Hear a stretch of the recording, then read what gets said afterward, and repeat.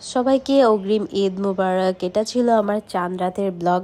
So চাঁদ রাতটা অনেক ভালোই কাটলো, নিজেকে একটু নিয়ে ব্যস্ত ছিলাম। আর ঈদের দিন সকালে মা মেয়ে আমরা কি পরবো সেগুলো শপিং করলাম। ইয়াসার জন্য এত সুন্দর একটা ড্রেস এত কম প্রাইসে কোথা থেকে কিনেছি সেটাও তোমাদের সাথে শেয়ার করব। চাঁদ রাতেই আমি সব সেমাই অ্যান্ড সবকিছু রান্না করে ফেলেছি যেন ঈদের দিন সকালে রান্না করতে না হয়। তো চলো কি কি রান্না করেছি, আজকে সারাদিন কি কি করলাম, ইফতার কোথায় করলাম দেখে আসি। আসসালামু আলাইকুম। চাঁদ রাত সকালটা শুরুই হয়েছে আমার, আপনাদের ভাইয়া দেখেছে সে বাজারে যাবে, তখন বাজে অলমোস্ট 12:30। ও বলতেছে তুমি উঠো রান্না করবা না, আর এ দেখেন ময়লা নিয়ে যাচ্ছে সে। এই আমি ভিডিও করতেছে এই জন্য সে কেমন করতেছে যে ময়লা সে দেখাবে না। আর এই যে ম্যাডাম সে ঘুমাচ্ছিল, মাশাল্লাহ সে আজকে প্রায় 3:30 পর্যন্ত দুপুর ঘুমাইছে। আর আমি একদম ঘুম থেকে উঠে ফ্রেশ হয়ে রান্নাঘরে চলে আসছি। আজকে টুকটাক রান্না বান্না করব, বেশি একটা আপনাদেরকে রান্না বান্না দেখাবো না, কারণ বেশি রান্না করিও নাই। জাস্ট এই মাছটাই ভুনা করছিলাম আর ইয়াসার জন্য খাবার রান্না করেছিলাম। কারণ আজকে আমি যাব পার্লারে, পার্লার থেকে মানে আগে যাব মার্কেটে, তারপর যাব পার্লারে। কারণ এখনো আমার টুকটাক কিছু কেনা বাকি, যেগুলো গেলেও হতো না গেলেও হতো। আসলে যেহেতু মানে আমরা মেয়ে মানুষ, একদিনের মার্কেটে কখনোই হয় না। তো রান্নাবান্না শেষ করে চলে গিয়েছিলাম আমি ফ্রেশ হতে। সো ফ্রেশ হয়ে একদম গোসল করে নামাজ পড়ে এখন মার্কেটের জন্য রেডি হব। সো অলমোস্ট ইয়াসাও উঠে গেছে, এখন আমি রেডি হচ্ছিলাম। রেডি হয়ে আমি চলে যাব আমার ভাবি আর ইয়াসাকে নিয়ে মৌচাক। আসলে ওদের নেওয়ার কথা ছিল না, কিন্তু ইয়াসা দেখলাম অনেক কান্না করতেছিল আমি রেডি হওয়াতে, তো ভাবলাম যাক নিয়ে যাই।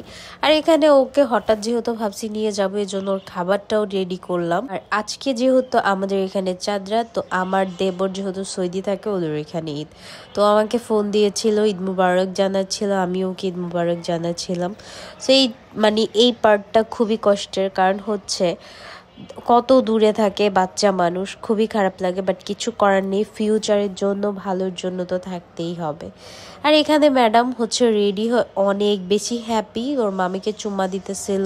মানে সে বাইরে যাওয়ার কথা শুনলে এত বেশি এক্সাইটেড আর এত বেশি হ্যাপি হয়ে যায়, আমি বুঝি না ভাই কেন। যাই হোক, হয়তো বা এটাই মেয়ে মানুষ, সেও মেয়ে মানুষ, তাই সে মার্কেটে যেতে ঘুরতে অনেক বেশি পছন্দ করে। আর এখানে আমি আর আমার মেয়ে নেমে যাচ্ছিলাম, আর আমার ভাবি দেখেন গরুর ভিডিও করছে। এটা আমাদের বাসার নিচে আমাদের বাড়িওয়ালা এনেছে, মাশাআল্লাহ দেখেন গরুগুলো সুন্দর। আর এই যে খাসি। আর এখানে আমরা মা মেয়ে টুকটুক করে হেঁটে চলে যাচ্ছিলাম, আর আমি আশিকে বারবার বলতেছিলাম তুমি কি তোমার খাসিটাকে দেখবে, তুমি কি তোমার খাসিটাকে দেখবে, সে কিছুই বলতেছিল না। যাই হোক, এখানে আমরা সিএনজি নিয়েছি, সিএনজি নিয়ে আমরা এখন চলে যাব মৌচাক মার্কেটে। সিএনজি দিয়ে যাওয়া লাগে না, মৌচাক মার্কেট আমার বাসা থেকে খুবই কাছে, কিন্তু আমি চাচ্ছিলাম গরমের মধ্যেই আশাকে নিয়ে মানে রিস্কায় না যেয়ে সিএনজিতে গেলে তাড়াতাড়ি আমি যেতে পারবো, সময়টা বাঁচবে, গরমও কম লাগবে। তো বেশিক্ষণও লাগে নাই মৌচাক যেতে, খুবই কম সময় লেগেছে। আর আজকে যেহেতু চাঁদ রাত ছিল, সো ঢাকা শহর একদমই ফাঁকা ছিল, জাস্ট যারা গ্রামে যায়নি তারাই ছিল। কিন্তু রোজার ঈদে আরও বেশি ফাঁকা থাকে, কুরবানির ঈদে মনে হয় সবাই গ্রামে যায় না, সবাই হয়তো আমার মতো ঢাকাতেই ঈদ করে। আর আমার না কেন জানো ঢাকাতেই ঈদ করতে অনেক বেশি ভালো লাগে, গ্রামে একদমই ভালো লাগে না, বোরিং লাগে। জাস্ট এক কথায় আমার রোজার ঈদটা খুবই খারাপ যায়, কারণ আমার একটুও ভালো লাগে না গ্রামে। এই জন্য আমি বিয়ের পর থেকে কোরবানির ঈদটা খুব স্পেশালভাবে করি। আর যেহেতু আমার বাবা কোরবানি দেন, সো ওই জন্যও আমার কাছে একটু স্পেশাল বেশি থাকে কোরবানির ঈদটা। তো এইখানে আমার মেয়ের জন্য আমি একটা ঈদের দিন সকালে পরার একটা 3 পিস টাইপের ড্রেস নিয়ে নিলাম। আমি ভাবছিলাম আড়ংয়ে যেয়ে নিব, বাট এইখানে আমার চোখে আটকে যায় একটা ড্রেস, ইয়াসার জন্য খুবই কম প্রাইসে আমি নিয়েছিলাম। আর এখানে আরেকটা দোকানে এসেছি, এসে আমি আমার ভাবির জন্য আর আমার জন্য কিছু ড্রেস দেখতেছিলাম। ফার্স্টে এগুলোর থেকে একটা ভালো লেগেছিল, পরে ভাবলাম যে না এগুলো নিব না, অন্য কালেকশন দেখব। কারণ এগুলোর মানে ড্রেস অনুযায়ী প্রাইস চাচ্ছিল ওরা অনেক হাই। সো আমি ভাবলাম দরকার নেই। তারপর এই দোকানে এসে এই যে ড্রেসটা আমি নিয়ে নিয়েছি, অলরেডি আপনারা দেখেও ফেলেছেন, ঈদের দিন আমি এটা পরেছি। আর এখানে হচ্ছে আমার ভাবি আসার জন্য আরো কিছু ড্রেস দেখতেছিলাম, বললাম আর দরকার নাই, অলরেডি নিউ মার্কেট থেকে অনেকগুলো ড্রেস ওর জন্য নেওয়া হয়ে গেছে, আগে ওগুলো পরুক। আর ওর এমনিতেও অনেকগুলো নতুন ড্রেস আছে, এখনো পরাই হয়নি। আর এখানে আমার ভাবিকে আমি বললাম চলো, মার্কেট শেষে ওকে ফুচকা খাওয়াচ্ছিলাম। সো বলতেছিল তুমি রোজা, আমি কেন ফুচকা খাবো? আমি বললাম ভাই আমি আল্লাহর জন্য রোজা রেখেছি, আমার সামনে যদি কেউ গরুর মাংস দিয়েও ভাত খায় আমার কোনো আফসোস নাই, কারণ এটা আমার অভ্যাস হয়ে গেছে রোজা রাখতে রাখতে। এটা শুধু আমার না, যারা রোজা রাখে হয়তো বা সবারই। আর যেহেতু প্রেগনেন্ট, ও রোজা রাখেনি, কারণ সবার প্রেগনেন্সি মানে টাইমটা এক থাকে না। তারপর আমরা চলে এসেছিলাম ইফতার করতে। ইফতার করব হচ্ছে আমার বোনের বাসায়। সো এখানে অনেক ধরনের খাবার ছিল, অনেক ধরনের ফুডস ছিল।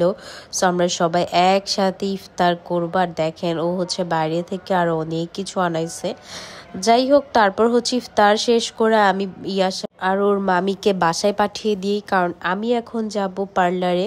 কারণ হচ্ছে পার্লারে যে আমি একটু নিজের যত্ন নিব, আসলে এটা প্রতি মাসেই আমার যাওয়া হয়। তো আজকে যেহেতু চাঁদ রাত একদমই সময় পাইনি, তো আজকেই হচ্ছে যাব পার্লারে। আর পার্লারে যে অনেক কিছু আজকে করব। আজকে আমি হচ্ছে বিউটি জোনে চলে এসেছি, যেখানে আমি মেকওভার নিয়েছিলাম ইয়াশার বার্থডেতে। সো আজকে আমি হেয়ার কাট করবো। আমি বাটারফ্লাই যে হেয়ার কাটটা সেটা সামনে দিব, আর আমি হচ্ছে একটা ফেসিয়াল নিব, যেটা হচ্ছে আমার ফেসের জন্য খুবই খুবই দরকার। আপনারা দেখেছেন আমার লাস্ট কয়েকদিন একদম ঘুম হয়নি, এই জন্য কয়েকটা ব্রণ উঠেছে। তো আমি সেন্সিটিভ যে একটা ফেসিয়াল আছে সেটাই নিয়ে নিব। তো আমি ওয়েট করছিলাম ফেসিয়াল নেওয়ার জন্য, আর ফাইনালি আমার হেয়ার কাট ডান। সো আমি চাচ্ছিলাম আমার লুকটা একটু চেঞ্জ হোক, এই জন্য আমি হচ্ছে বাটারফ্লাই হেয়ার কাটটা সামনে দিয়ে দিয়েছি। দেখেন অনেকটাই কিন্তু চেঞ্জ হয়েছে। পিছনে আমি হেয়ার কাট করিনি, যেহেতু আমি রোজার ঈদে খুব মানে তাড়াতাড়ি আমি কেটেছিলাম, তো এই জন্য আবার 3 মাস পর পিছনে কাটবো। এই দেখেন ফাইনাল লুক। তারপরে এখানে হচ্ছে আমি ফেসিয়াল করে আসছি। ফেসিয়াল করে আসার পর মাশাআল্লাহ মানে ফেসটা খুবই গ্লো দিচ্ছিল। তারপর হচ্ছে আমি বাসায় চলে যাচ্ছিলাম, তখন অলমোস্ট আমি আইব্রো করে বাসায় যাচ্ছিলাম, রাতের 11টা বাজে। তো আপনাদের ভাইয়ার কথা ছিল আমাকে পিক করে নিয়ে যাবে, বাট আমার যেহেতু তাড়াতাড়ি হয়ে গেছে, একদম ওর অফিসের কাছেই পার্লারটা ছিল, তো আমি ভাবলাম না আমি চলে যাই। বাসায় যে অনেক কাজ, আর বাসায় আসার পরে এই দেখেন কারেন্ট নাই, প্রায় 3 ঘন্টা কারেন্ট ছিল না। আমি অন্ধকারের মধ্যেই এখানে হচ্ছে ফিরনি মিক্স যেটা আছে একদম রেডি, ওইটা হচ্ছে রান্না করতেছিলাম। তার সাথে হচ্ছে আপনাদের ভাইয়ার খুবই পছন্দের বেশি দুধ দিয়ে ঘন করে সেমাই রান্না, সো ওইটাই রান্না করব এখন আমি। আসলে আমি মিষ্টি বেশি কিছুই রান্না করতেছি না, জাস্ট সেমাই আর ফিরনি। কারণ আমার ভাবি যেহেতু প্রেগনেন্ট, তো ওর হচ্ছে একটু ডায়াবেটিসের প্রবলেম দেখা দিয়েছে, এই জন্য ও বলতেছিল মিষ্টি তেমন কিছুই রান্না করো না, কারণ মানে আমি রান্না করলেই তোর খেতে মন যাবে, এটা একদম স্বাভাবিক। তো আমি এটা ভেবেছি, এই জন্য জাস্ট আমি একদমই চিনি কম দিয়ে এই 2টা আইটেমই করেছি যেন ও খেতে পারে। তো দেখেন কারেন্ট নাই, এর মধ্যে আমি রান্না করতেছিলাম। আমি জাস্ট এই 2টা জিনিস রাতে রান্না করে রাখবো, কারণ হচ্ছে যেন আমার মানে সকালে আর রান্না করতে না হয়, আপনাদের ভাইয়া নামাজের আগে খেয়ে যেতে পারে। আর এই দেখেন আমার সেমাইটা অলরেডি হয়ে গিয়েছে। আমি দুধটাকে অনেক ভালোভাবে ঘন করে তারপরে হচ্ছে সেমাই রান্না করতেছিলাম, আর সেমাইটা অনেক বেশি মজা হয়েছিল। নেক্সট ব্লগে ইনশাআল্লাহ আপনাদের ভাইয়ার রিভিউ দেখাবো। আর আশা করি আপনারা সবাই ভালো আছেন এবং ভালো থাকবেন। পরিবারের সবার সাথে ঈদ কাটাবেন, যেন পরিবারের সবার সাথে এই ঈদটা আপনার স্মরণীয় হয়ে থাকে। কখন কার ডাক চলে আসবে আল্লাহ পাকই জানে। আমার খুবই মন খারাপ ছিল আজকে, আমি খুবই কান্নাও করেছি। আসলে আমরা তো আর ব্লগে সব দেখাই না, অনেক কিছুই আছে আমরা হাইড করি, জাস্ট হাসি মুখটাই দেখাই। খুব বেশি মাকে মনে পড়তেছিল, খুব বেশি মিস করতেছিলাম, কারণ আমার কুরবানি ঈদ আসলেই মাকে বেশি মিস করা হয়। কারণ আমার মা কুরবানির ঈদে বেশি হ্যাপি থাকতো, কারণ আমি মার সাথে থাকতাম বিয়ের পর থেকে।